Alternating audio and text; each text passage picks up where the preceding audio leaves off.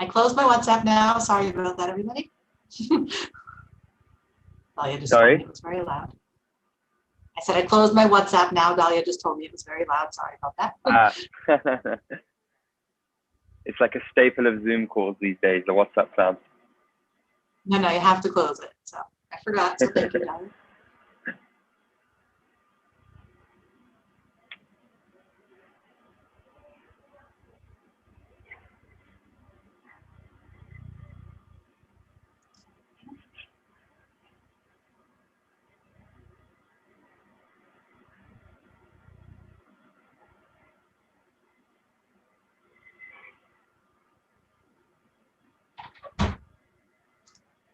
Oops.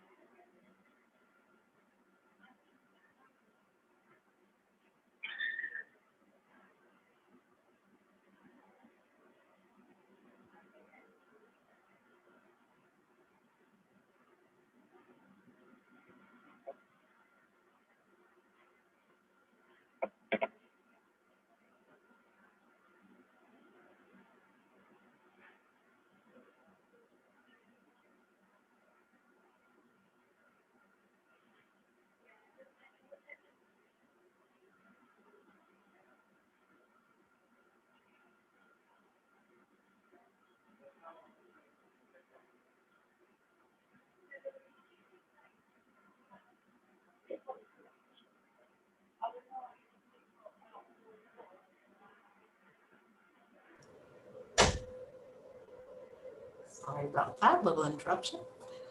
Welcome everybody as you're joining.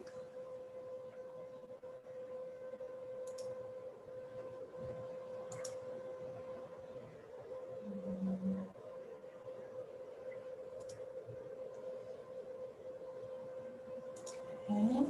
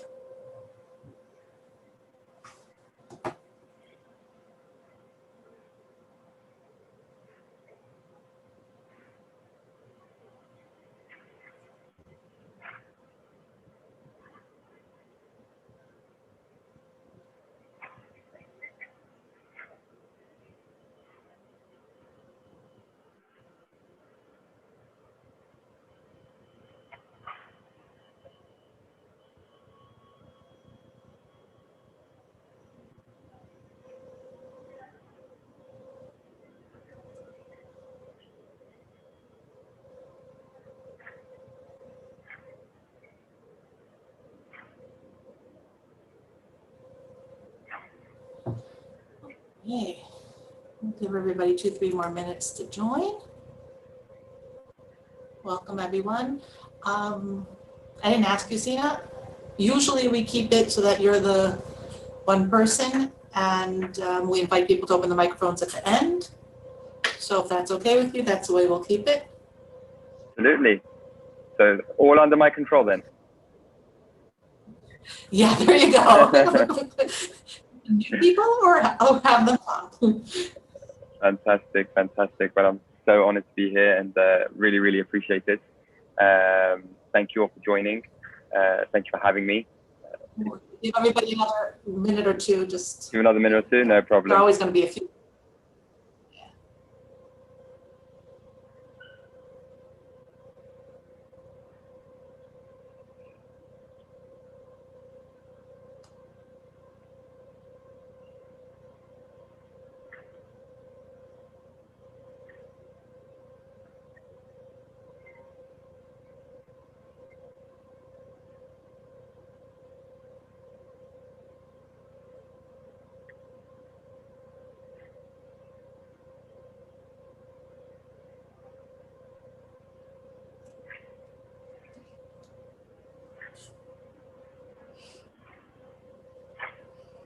Okay. We'll let people join afterwards. I would like to say thank you for Mr. Kahen, for joining us, and for all of you who are joining in the audience. It really is a great pleasure to start our New Works Wednesdays series with a book on Bereshit, or the first book of the Bible. I thought that kind of worked well, so we do appreciate that. And this is a very unique book, not one that I've had the pleasure of seeing anything like it before. So I really do have to tell you that it's an amazing work put together and bringing together people and concepts that you wouldn't think to bring together. And I think that's what makes it so beautiful. And hopefully we'll get a feel for it as he begins to speak. But I just want to give you a little bit of background, which maybe also shows where this whole bringing together everything is, because Sina Kahen's real job, or full-time job, I should say, is in the medical technology and artificial intelligence industries. But in his part-time work, in addition to being a family man and having kids and that type of thing, his work involves public speaking and private consulting on strategy, design, and innovation. He's a qualified biomedical scientist and has an MBA from Imperial College, University of London. In addition, he happened to write a book about Parshat HaShavua, or the weekly Torah portion. So not a slacker, I have to tell you, and a very interesting person. I've had the pleasure of speaking to him, and you'll have the pleasure of hearing him right now. And one of the quotes that he brings in the book, just to put it out there, is not all the speakers, or not all the quotes in the book are from Sephardi rabbis. In fact, he himself is Persian, as I mentioned before, so it's kind of interesting how we put it all together. But the one that I think really pulled it together for me is one of Lichtenstein, that Torah is, the contribution of general knowledge, the elucidation of Torah is just that. It enhances, enriches, illuminates, adds information and insights, extends dimensions of clarity, range, and depth. And we will see how Mr. Kahen's going to do that for us right now. So welcome, and I'm looking forward. Thank you so much, Torah, for that very, very kind introduction. Really happy to be here. Honored to be involved in anything American Sephardi Federation and Institute of Jewish Experience are doing. So really, really honored. I'm here now in London. I'm going to interrupt you one more time. Sorry, I apologize, because I forgot to tell everybody, if you have questions, please put them into the Q&A. Yes, definitely. As right now your microphones aren't open. So I apologize. I will stay out now. Not at all. No, please.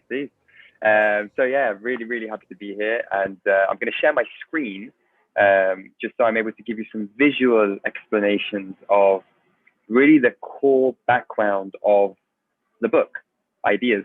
So just going to share it now so you can have a look.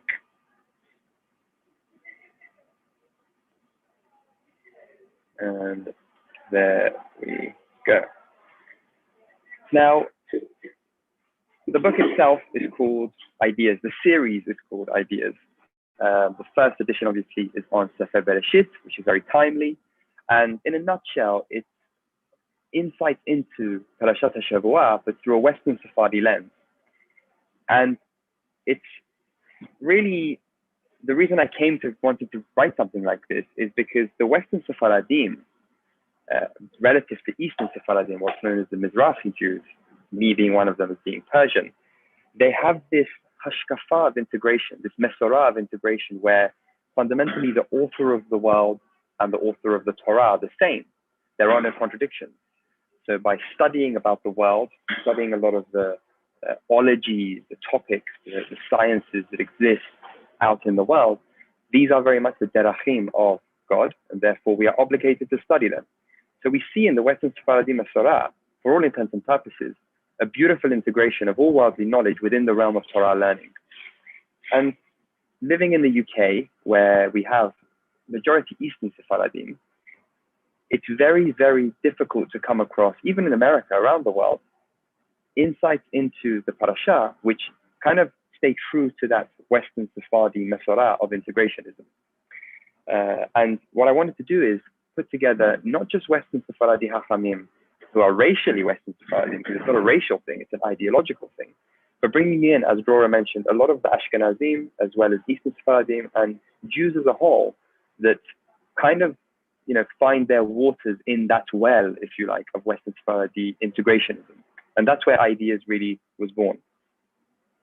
And you see some of the names here that I quote in the book and some of the influences on my life as well as in my writing, from Harambam, of course, the mascot, if you like, of the Western Sephardi approach, to Eliad el-Medigo, Ralbag, Rav Kafa of Yemen, Rabbi Jonathan Sachs. He's not a Western Sephardi, but the integrationist model that he upholds is very much in line with that integrationist Mesorah of Western Sephardi, as I mentioned. Eliezer Melamed, another Ashkenazi.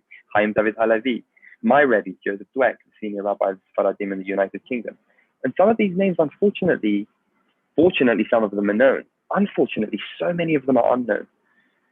And so many of them have such insight into the world of not just Torah, but worldly knowledge, that I think to have them go unnoticed, especially in a generation that is becoming increasingly worldly, we are at a loss.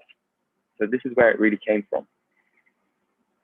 And when I delve into the book, well, before I go into each essay, the second chapter, if you like, after the Hakdama, after the intro, is setting the context. And I think the context is key, because nothing in life has inherent value. A $5 note is meaningless if the economic context, the economic system doesn't exist, because it is that context of the economic system that gives that piece of paper value. Likewise, a lot of the ideas and a lot of the content that are out there, they do not have any inherent value unless a context is provided, a framework is provided through which you can interpret and understand the content, which is why I thought it was really, really key to spend a lot of time in the book setting the scene of context of why this Western Sephardi approach is so meaningful, not just in the past, but in the future and present, but as well as coming to the root of a lot of the issues we have in modern day Judaism with regards to the debate over isolationism versus integrationism. And at the risk of, oversimplification, we see that isolationistic thread really holds true in medieval Ashkenaz, and we see that integrationist thread really holds true in medieval Sepharad. And that's why I think it's really important to set the scene of why we are where we are with regards to this debate. And I think it all starts with Yosef and Yehuda. So it's important to understand that the root of this family conflict, if you like, goes all the way back to the early days of Israel, where we have this rivalry with regards to how do we engage with the world around us. And I think this deserves a shiur in and of itself, but I'll spend a few seconds on it just to anchor our thoughts into where this isolation versus integration debate really comes from. And we know the debate between Yosef and Yehuda was pretty much, do you engage in the world? Do you step outside, absorb the culture that you find yourself in, invest and support and develop to improve the society that you're in? You know what Yosef did. Yosef the dreamer, he talked like an Egyptian, he walked like an Egyptian, he dressed like an Egyptian, to the point where his brothers didn't even recognize him. But then we've got the second approach, very much the antagonist, if you like, of Yosef, the brothers, where the idea there is, do you build walls? Do you want to protect yourself? Engage only as necessary with the outside, but you don't want to make any mistake about it. You do not want to mix with the outside. Yehuda, we know, preferred to live in the ghetto of Goshen, and Yosef's brothers would mock the outward-facing and dreamy Yosef. So this local hashkafic difference, it wasn't something that just took place in Egypt. It was very much what represents Israel.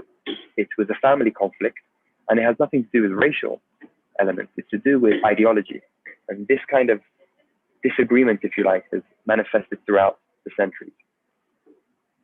And it takes us to the time that I've identified in the book as a really good example of understanding this debate and the context in which it brewed. And that's 1147. Now, the year's 1147, Spanish Jews, Sephardim, they're forced to leave Andalusia, so the southern region of Spain. And they migrated to southern France, which was essentially the land of Ashkenaz, the Franco-German Rhineland. As a result of, we know the story, radical Islamic takeovers. And now we've got these Sephardim arriving in Ashkenaz.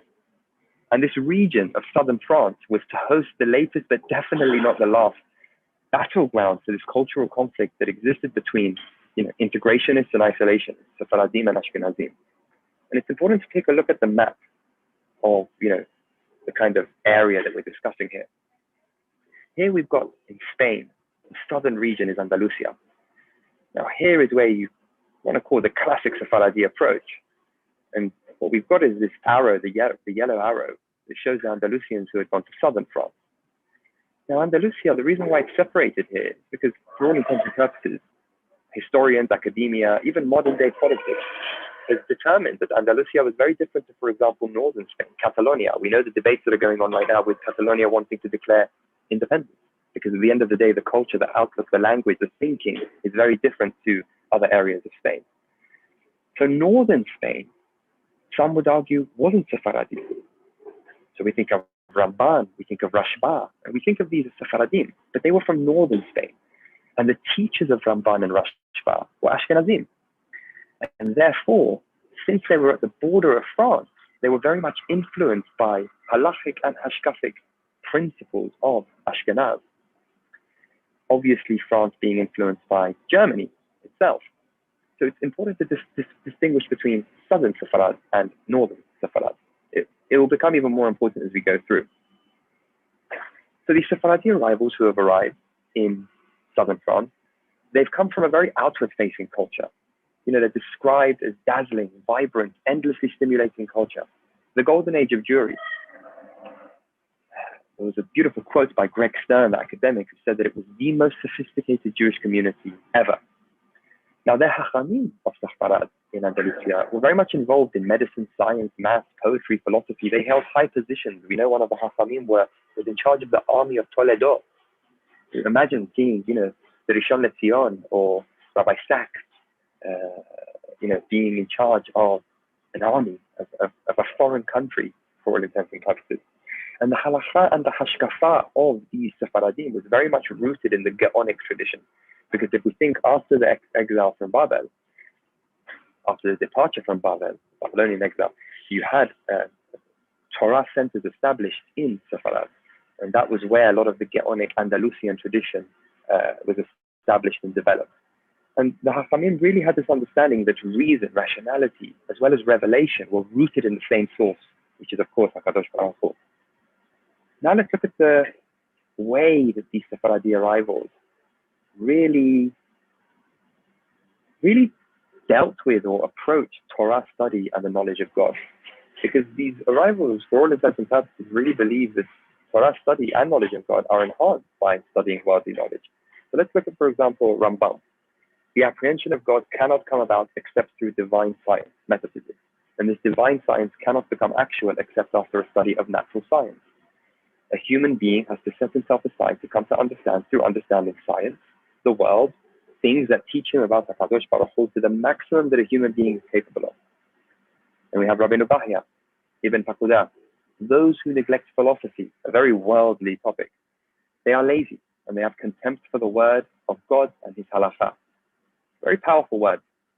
Another example, Hacham Yaakov Anatoli was actually from Provence, but very much within that Sephardi Andalusian tradition. What branch of human wisdom is there that can be ignored in our efforts to arrive at a fuller knowledge of HaKadosh Baruch Hu? When one scales the heights of natural science, be sure that at the summit he will find God. Radak, another very much Andalusian thinking Hacham. It is widely known among our people that Chazal instructed and warned us to learn the wisdom concerning the unity of God, as well as external forms of wisdom that will enable us to understand heretics and to know the matters utilized by them to destroy our Torah. They instructed us to study astrology, idol worship, which one cannot learn from Torah Talmud. Moreover, they ruled that no one can be appointed to the Sanhedrin to decide the law unless he knows these disciplines and medicine. A few others. The Meiri, again, very much an integrationist. It's a great honor for our Jewish nation when there are among us men who are perfect in philosophy, so that we are not all bereft of it, and the Goyim can say, look at this, wise and discerning nation, as it mentions in the Torah. Again, the Yaakov Machir ibn Tippon, from the Ibn Tibbon family, who was so instrumental in promoting Harambam's works. He says that, if there are matters in the works of the Greeks, who are very much the scientists, philosophers of the time, if some of their opinions incline towards heresy, we take what's good. We have to filter. We need to learn from the policies from the Goyim, the rules which are proper. They have translated works in the sciences according to their language. We have to honor wisdom and those who know it and do not inquire as to their religion. A very Maimonidean approach there where truth is truth regardless of the source. So we kind of get an idea of this Andalusian approach to Talmud Torah and obtaining da'at, knowledge of HaKadosh Baruch Hu. And then we see the Ashkenazim, the hosts really of southern France. They were living very much amidst an inward-facing culture. The Sephardim were obviously in the golden era of Islamic thought and, living in very good conditions, or relatively good conditions in, Islamic Andalusia, whereas Ashkenazim were in a very primitive Christian environment. It was culturally unproductive, stimulated little more than the instinct for self-preservation, is how one academic defined it as. They had little knowledge of philosophy, but they were very familiar with the mystical teachings of German Hasidut, which really developed this Kabbalistic, esoteric worldview. And of course, the Rhineland massacres of 1096 really made Ashkenazim understandably hostile to the outside world. And the Hachamim were very much Torah-only scholars. They would write immense commentaries on commentaries. But it was very much within the realm of Torah and Talmud. And many believe that worldly knowledge, opposite to the Sephardim, is a diversion from Torah. And here we have the Rosh, one of the fundamental elements of the Shulchan Aruch, a leading Ashkenazi Chacham. Whoever would enter from the beginning into the sciences will never escape from it. He will never grasp the wisdom of the halakha, which is the paths of life, since his heart will always be with the sciences. The sciences and the law are mutually exclusive and are not compatible with one another. So total opposites to what we've seen from the Sephardi arrivals. Again, the Rosh, I do not know your secular knowledge. He's saying this to the Sephardim. He actually went later and managed the Sephardi community in northern Spain. But look what he said, I don't know your secular knowledge. Blessed be the Lord who saved me from it. The sign and proof is that it will apostatize men from the fear of God and from his law. So we really get to see the approach there. Abamari, who we will come to see later as being fundamental in the conflict. He says the Jewish philosophers, they break Berit, they break the covenant by diminishing their Torah study. They destroy the rituals of the Torah. Some of them are submerged in logic, Chas Shalom. And he says that he has seen men entombed in physics as well. So again, very much against these. And Ramban. Why did I bring the Ramban? He's Sephardi, right? But he was very much northern Sephardi. And a lot of the influences, Professor Halbertal in his new book coming out, I think next week, he delves into this. A lot of his influences were indeed Ashkenazi. So listen to what he says. They have filled their belly with the foolishness of the Greeks. God save and guard us from such a fate. The sons have been exiled from their fathers' tables. They have defiled themselves with the food of Goyim and the wine of their feasts. They have mixed with them. Courtiers have been permitted to study Greek wisdom, to become acquainted with medicine. Ramban, being a medic, believes that it was a test of faith to go to a medic, contrary to Rambam. To learn mathematics and geometry, Ramban did not find that beneficial. Other knowledge and tricks, so that they make a living in royal courts and palaces. So we see the Ashkenazi approach of medieval times very much pervaded the northern Sephardim, such as Ramban as well. And this was very much to do with the role of environment. It's very important to not get it twisted, as they say in America, that this was anything to do with racial differences. We are, at the end of the day, products of our environment, and we respond to what our surroundings are like. So it's critically important that the Jewish self-image, the Jews aren't inferior to the host society. So in Spain, Sepharad, the competition was very much intellectual, because the Muslims were at the intellectual heights of the time. The Sephardim were competing with intellectualism, so they had to demonstrate the best that the human intellect had to offer. Because of course, the Sephardim generally believed that, Shalem Elohim, that it says in Bereshit, represented rationality, intellect, the rational faculty. Whereas in Ashkenaz, in the Christian environment, the competition was very different. It was a competition in religious devotion. It was in zeal, in Hasidut. The Ashkenazi pietists, their efforts were not in intellectualizing. It was actually to demonstrate how much they could suffer or restrict themselves to kind of show their commitment to HaKadosh Baruch Hu. And this was the area, Languedoc-Roussillon. This is where the Sephardim arrived. And this is where the conflict really kicked off. And the tension was palpable, because you had these newly arrived scientific and philosophic learning of Sepharad meeting with the indigenous rabbinic culture of Ashkenaz. The tension was very, very great. And for the first time really in history, We have substantial numbers of Ashkenazim and Sephardim confronting one another in the same community. But the Sephardim were very, very much resisting the assimilation into the cultural patterns of the native Ashkenazim. And we actually see the Sephardim very much influenced the Ashkenazi environment in the first 3 to 4 generations that they had arrived in southern France. So there were not many conflicts at that time. Indeed, we see a beautiful line from Crescas Vidal, someone who was, a Hacham that was written about the time. And he said that many of the Sephardi scholars of southern France, those who had come into southern France, they were completely familiar with the science of the Talmud. They were perpetual students, they were very, very well versed in it, but they were also experts in the sciences. And this influence kind of spread even amongst the Ashkenazim. However, Abba Mari, he was a Ashkenazi who actually dabbled in philosophy. He wasn't so against philosophy, but he felt like things were going a little bit out of hand in his native southern France, where a lot of philosophical books were being written, a lot of philosophical ideas were being shared, a lot of scientific endeavors were being incorporated within Talmud Torah. And he felt like things were going a little bit too far. So he thought, what am I going to do? So he reached to one of the leading Hachamim of the time, the Rashba, a northern Sephardi, and he asked him to intervene in the politics of southern France from Catalonia. Rashba was based in Barcelona, which in itself had a lot of its problems because you're having someone outside your region interfering into local politics. And Rashba was hesitant to get involved at first, but we have the letters in Minhat Kenaot, which is a book by Abba Mari, which kind of documents all the letters that were going back and forth between the Hachamim of the time. And we see that the Rashba in the end, after a few pushes by Abba Mari, being fed a lot of the politics that's going on at the time, Rashba intervened.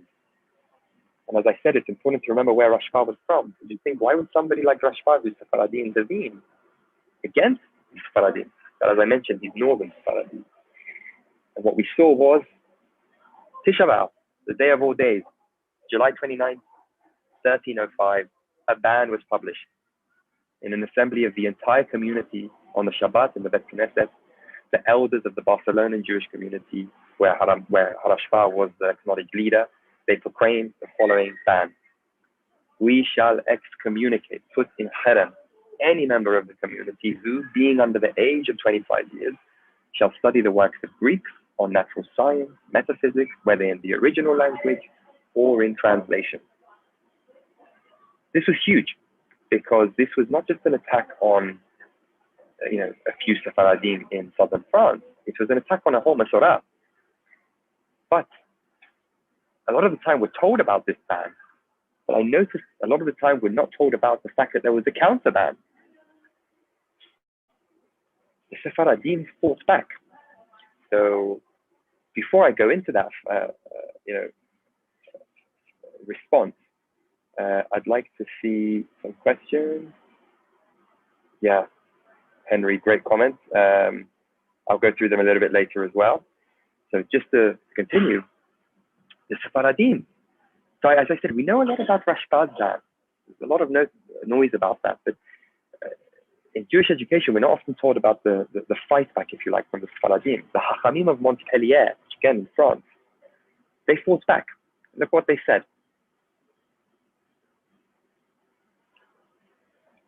We shall excommunicate the promulgators of the original ban and their allies, and to excommunicate anyone who prevents his son from studying physics, metaphysics, or Gentile sciences. This is, I can't express how huge this is, because what's essentially happening here is you're being put in harem for not studying worldly knowledge. And I think that's the difference in approach between modern day Torah Umada, which is very much Torah on one side, worldly knowledge on the other side, and we will bridge the gap. So Mada is almost like this side dish, this cute addition that you can have to Talmud Torah. Whereas for these Hachamim, it wasn't this side dish.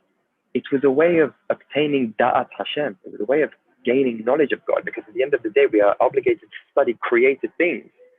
And what is created is physics, biology, all the elements that we have around us are not created things from HaKadosh Baruch Hu. So what we have here is an excommunication of those who prevent their kids from studying these things. And we have the Meiri, who we know, huge Talmudist, very much of the integrationist school of thought, writing beautifully in response to the original ban from the Rashba, in defense of the Ashkenazim, who would obey you on this matter? Closing off the kingdom of heaven even for one moment. Why should one not be permitted to satisfy his soul, to please his creator, to gaze at his maker, and to see his derachim, his ways, his works, which he created each according to its kind, which is beautiful because we're talking about species there. Man has limited time on earth and only a measure of days. The soul cannot be satisfied by knowledge of the tradition alone.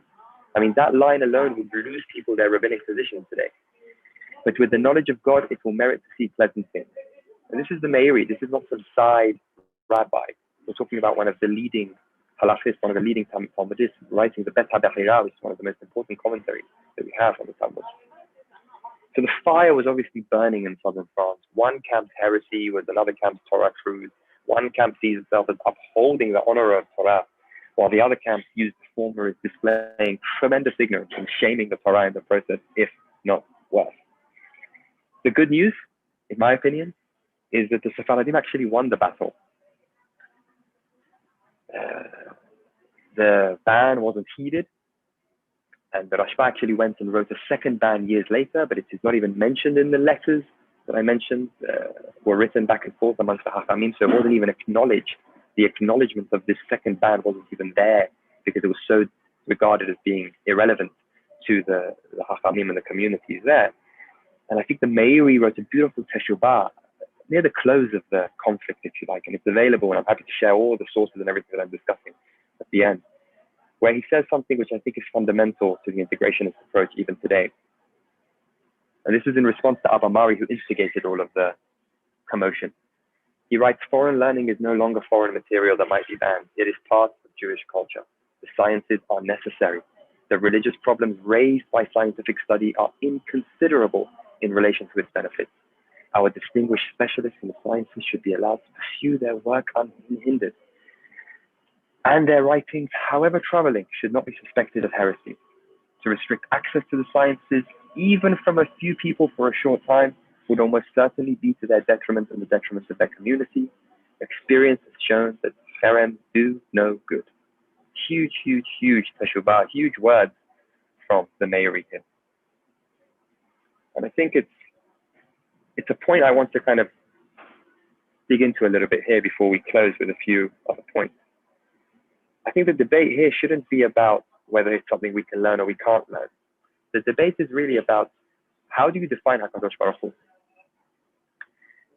If you love God,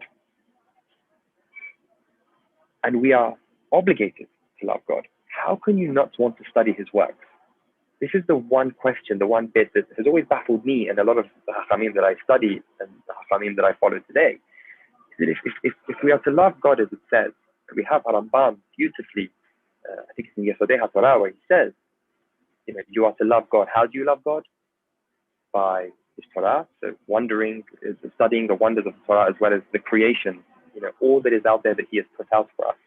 And from them gleaning the wisdom and the glory of HaKadosh Baruch Hu, and from that you come to love him. How can you not want to study everything that is out there? Are there toxins? Absolutely. Which is why we have, Asel Rab, we find a Rab to aid us in guiding through what's toxin and what's not. But to abandon the study of sciences, the humanities, art, beauty, so many of the things that are out there, if you believe HaKadosh Baruch Hu is Masui Rishon, primal existence, the force behind everything, how could you not want to study his works? That's incredible, because we have people walking around all over the place without any care or concern from what's going on in nature, in science, in music, in art, in all of these expressions, for us to be able to know HaKadosh Baruch Hu. Because when we say no, we're very limited in knowledge, because at the end of the day, we can never know the essence of God. The same way that you can never know the essence of me, and you can never know the essence even of your partner or your kids. You can only know them from what they put out, from their persona, from their derachim, from the peratim, the details that they put out. And that's exactly how Harambam defines us to get to know God in the Moreh Nevuchim, in the Guide to the Text, where he says that how do we know God? We know God through his derachim, his expression. How can we not want to study his works? So that's, I think, the core element of asking ourselves, do we believe in the same God as Harambam and as the Masorah of Sepharad? Or is it a different God where the author of the world and the author of the Torah are two separate entities? this is a fundamental thing that I don't think we spend enough time thinking about. So what happened? The Sephardi may have won that battle, but as we know, the classical Sephardi approach was pretty much decimated by expulsions, pogroms, lack of yeshivot. The Ashkenazim were very organized, still very organized. Our brothers and sisters from Ashkenaz, we have lots to learn, and of course conversion. So we've had so many things in the classical Sephardi approach that has been lost. Of course, it's important to mention that we have to understand that intellectualism and studying worldly knowledge can only come when you are in a mode of striving. So it's very much a strive mode initiative or a thrive mode effort. So when the Sephardim were in Muslim Spain, where it was very much thrive mode, they could afford to delve into all of these things. Whereas Ashkenazim, unfortunately, they were in such a survive mode with all the horrible conditions they were living in Ashkenaz, that they weren't able to have the time or effort to be in intellectualizing all of these things. So that's why I think Sephardim lost a lot of this way, if you like, because we moved from the thrive mode of Sepharad to the survive mode of Ashkenaz in Galut. And slowly, we're seeing as we are going back into thrive mode, as we have this the state of Israel, we're back home, we have an address on the ground. We're slowly moving away from this isolationist viewpoint into the integrationist Mesorah of Yosef all the way down to the classical Sephardim. And of course, Sephardi went all over the world after the 1492 expulsion, as I'm sure you all know. And they continued to produce Hachamim who represented this Mesorah, whether it's in North Africa, in Western Europe. I'm, as a Persian, a member of the Spanish and Portuguese here in the United Kingdom. And of course in Yemen, where we have a real classical Sephardi approach shown in a lot of the beautiful works of the Hachamim of Yemen. But ultimately the Mesorah, one which requires you to strive, we've seen it's been very much reserved to the sidelines. It's been picked up in different forms, Torah in Bereshit, Torah Umada. But it's really fundamental to understand that this approach has not gone, but it's something that can only really work in thrive mode. And one of the objectives that I really had was trying to see how the Hachamim of more recent times have represented that Mesorah. And I've got three quotes here from three Hachamim that have influenced me, both directly and personally, as well as through their works, just to show how this Mesorah has stayed alive. For example, Hacham Ben Zion Uziel, which I know Professor Lee Zohar has given, I believe, a class to your group before. This is one of the chief rabbi, Rishon LeZion of Israel, before Hacham Ovadia. He writes beautifully, it is impossible to understand Torah, certainly to plumb its depth, without a profound and broad knowledge of all worldly wisdoms and sciences. Talmud Torah is a general term referring to the attainment of wisdom. It includes Torah study, as well as all the studies of the sciences which deepen our understanding. Our holiness will only be complete if we are nourished by all the new developments in the world, by all the wondrous discoveries, by all the philosophical and scientific ideas which flourish and multiply in our world. Hacham Yosef Kafa, he was one of the giants of Yemenite Jewry, came to Yerushalayim, served in the great Bet Din. Powerful. Going back to what I mentioned about context and content, he says he had a real pet peeve for the concept of limudei Torah and limudei chol. He hated the term limudei chol. This is how he held. All those subjects and sciences, for some reason, people refer to as secular knowledge. If a person studies them in order to arrive at insight and knowledge of HaKadosh Baruch Hu, they are surely kadosh, they are sacred. Again, context is key. And of course, I mentioned my Rebbe, Rabbi Joseph Dweck, who's a senior rabbi of the Sephardim here in the United Kingdom, recently wrote beautifully that the author of the world and the author of the Torah are the same. And if we acknowledge that he is the one who created all things, do we not keep from knowing him as intimately as we can when we look away from studying and understanding to our best ability all that he made? And here we're seeing how that Mesorah, as much as we've seen, it's very much not the majority, because as we said, it's a very, very difficult thing to achieve. You have to train a whole generation of people, and I just do not think the educational system, as well as the younger generation, are learning this way, except for some, few examples. But we're seeing that these Hachamim, or the Mesorah, has been manifested in a lot of our greatest Hachamim of recent times, modern times, as well as today, in the form of Rav Dweck and others. So that's really what I try to do as the context, provided the context of my book. Because what I try to do there is take all of these learnings that I've gained and try to look at the parasha of the week and see how can I bring in the wisdom, not of just of the Chachamim, but of Goyim. We have a beracha when we meet a wise Goy. Say, blessed be HaKadosh Baruch Hu for sharing his blood and flesh, with people. It's a blessing of meeting someone who is not Jewish but wise. And the Rambam says truth is truth regardless of the source. So it's very much what I've been through in the last half an hour that I've tried to implement in each of the essays on the parasha. And please God, Shemot edition will be out next year. I'm really, really honored to be here, and I'm looking forward to seeing some of the questions that have been asked and some of the comments.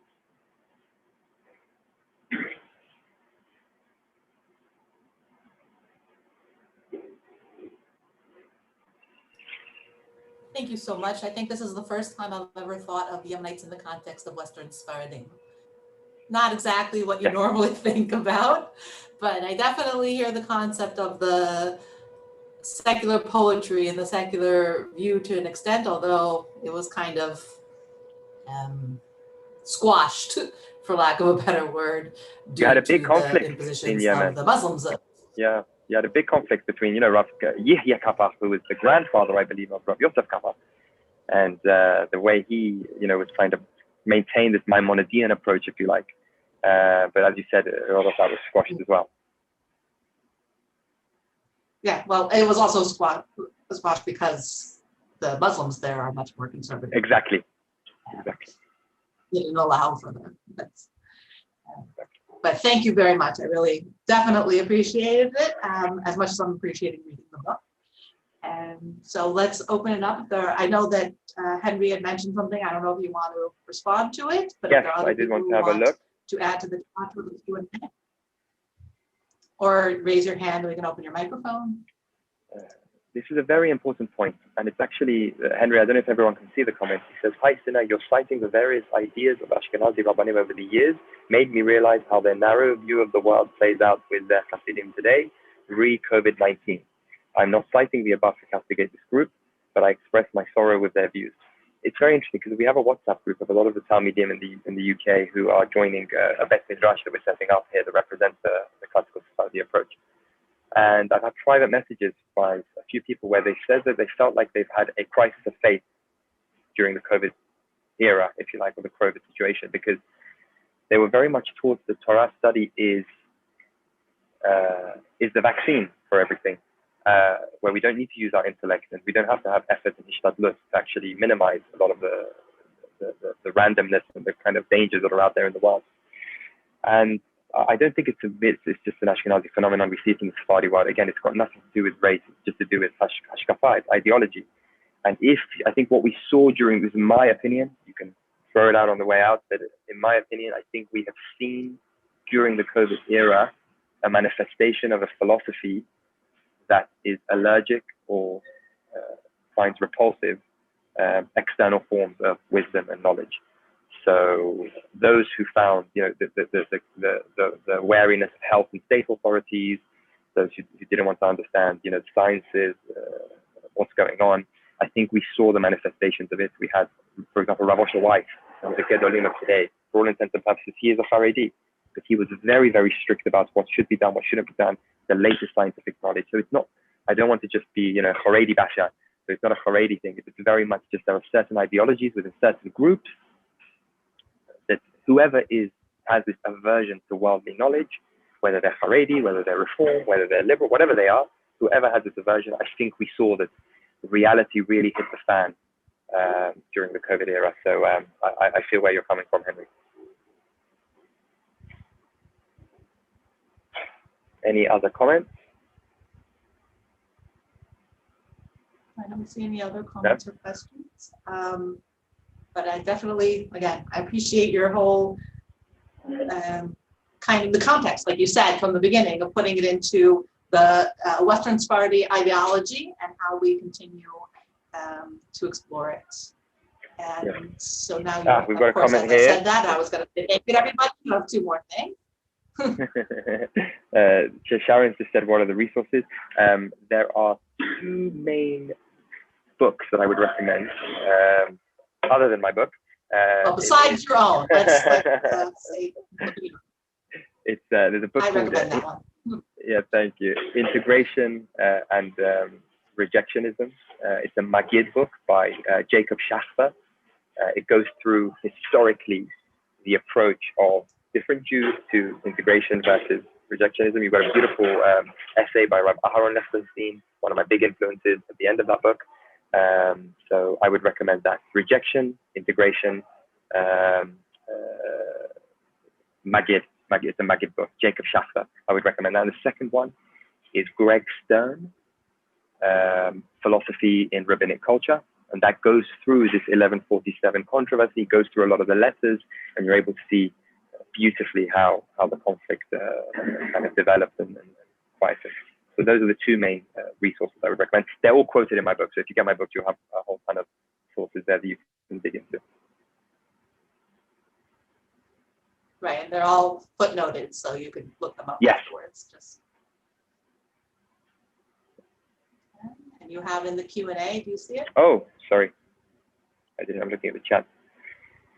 And yes, in general Jewish culture in America, education is foremost. As you said, because life was easier in the US and conducive to education. Yeah.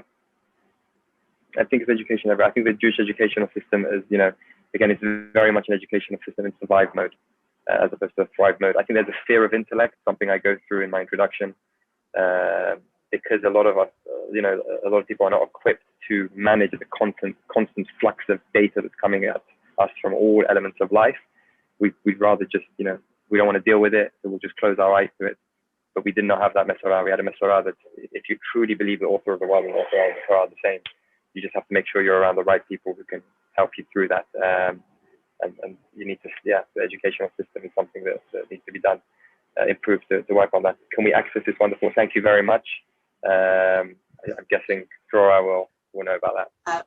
That I can address. But for those who attended today, I know that there was a lot of information here.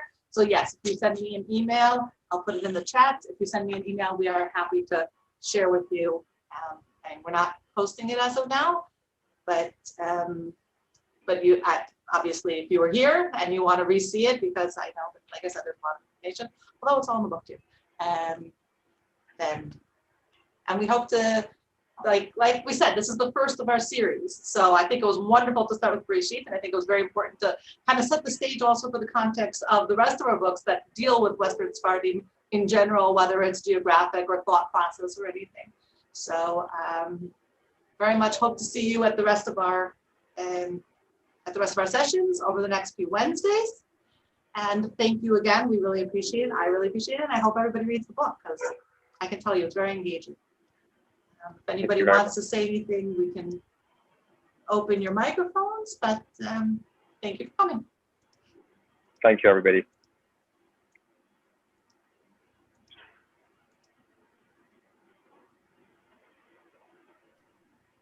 Thank you very much. Lovely. Thank you very much. I interrupt you, but I'm in the middle of something now. You're very welcome. My pleasure. Take care. Bye. Okay. Thank you, everyone. That See you soon. Bye. Thank you. Bye. Wow.